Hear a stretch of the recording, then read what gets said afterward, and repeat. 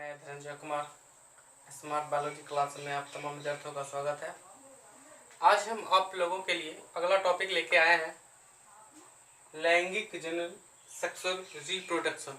आज हम लोग लैंगिक जनन के बारे में जानेंगे कि लैंगिक जनन क्या है, और इसको ध्यान से देखिएगा कि लैंगिक जनन के बारे में हम पहले भी कुछ बताए होंगे, आज फिर से बता रहे हैं। अब यह जानेंगे कि लैंगिक जनन है क्या।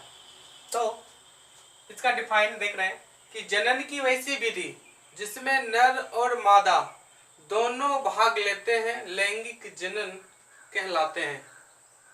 तो जब तक एक नए संतान की प्राप्ति के लिए दो जनक की आवश्यकता होती है, दो विपरीत जनक की आवश्यकता होती है। यदि नर और मादा एक दूसरे के साथ शारीरिक संबंध नहीं बनाते हैं, संभोग की क्रिया नहीं होती है, तो नए संतान की उत्पत्ति नहीं होगी। इसलिए इस प्रकार के जनन में दो विपरीत, एक नर और एक मादा की आवश्यकता होती है। जब नर और मादा एक दूसरे के साथ संबंध बनाते हैं तो तीसरा संतान उत्पन्न होता है। तो इस प्रकार के जनन को लैंगिक जनन या सेक्सुअल रिप्रोडक्शन कहते हैं। अब आते हैं कि जब लैंगिक जनन की क्रिया होगी कि लैंगिक जनन में कौन कौन सी घटना होती है।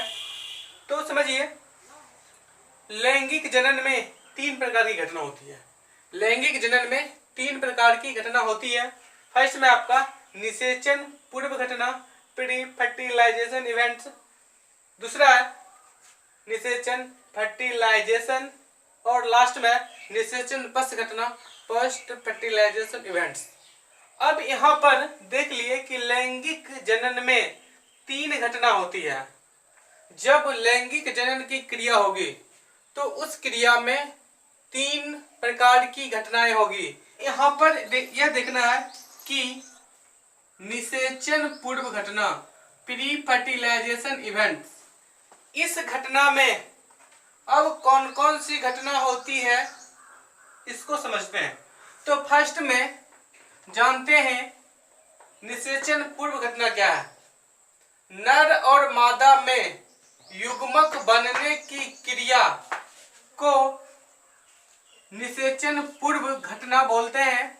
इस घटना में नर और मादा में युग्मक बनते हैं और युग्मक बनने के बाद वह फर्टिलाइजेशन के लिए एक जगह से दूसरे जगह पर जाया करते हैं। अब इसमें देख रहे हैं कि प्री फर्टिलाइजेशन इवेंट में दो घटना होती है, युग्मक जनन और युग्मक स्थानांतरण। अब फर्स्ट में युग्मक जनन क्या है, गैमीटोजेनेसिस क्या है। तो नर और मादा में युग्मक बनने की जो क्रिया है उस क्रिया को बोलते हैं युग्मक जनन, इंग्लिश में गैमीटोजेनेसिस। अब सेकेंड टॉपिक है आपका युग्मक स्थानांतरण, ट्रांसफर ऑफ गैमीट। नर युग्मक और मादा युग्मक को निषेचन के लिए एक जगह से दूसरे जगह पर जाना पड़ता है, इसको बोलते हैं युग्मक स्थानांतरण, मतलब ट्रांसफर ऑफ गैमेट्स। यह दो घटना प्री फर्टिलाइजेशन इवेंट में होती है।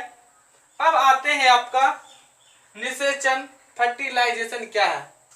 नर युग्मक और मादा युग्मक को एक दूसरे के साथ मिलने की क्रिया को निषेचन या फर्टिलाइजेशन कहते हैं। अब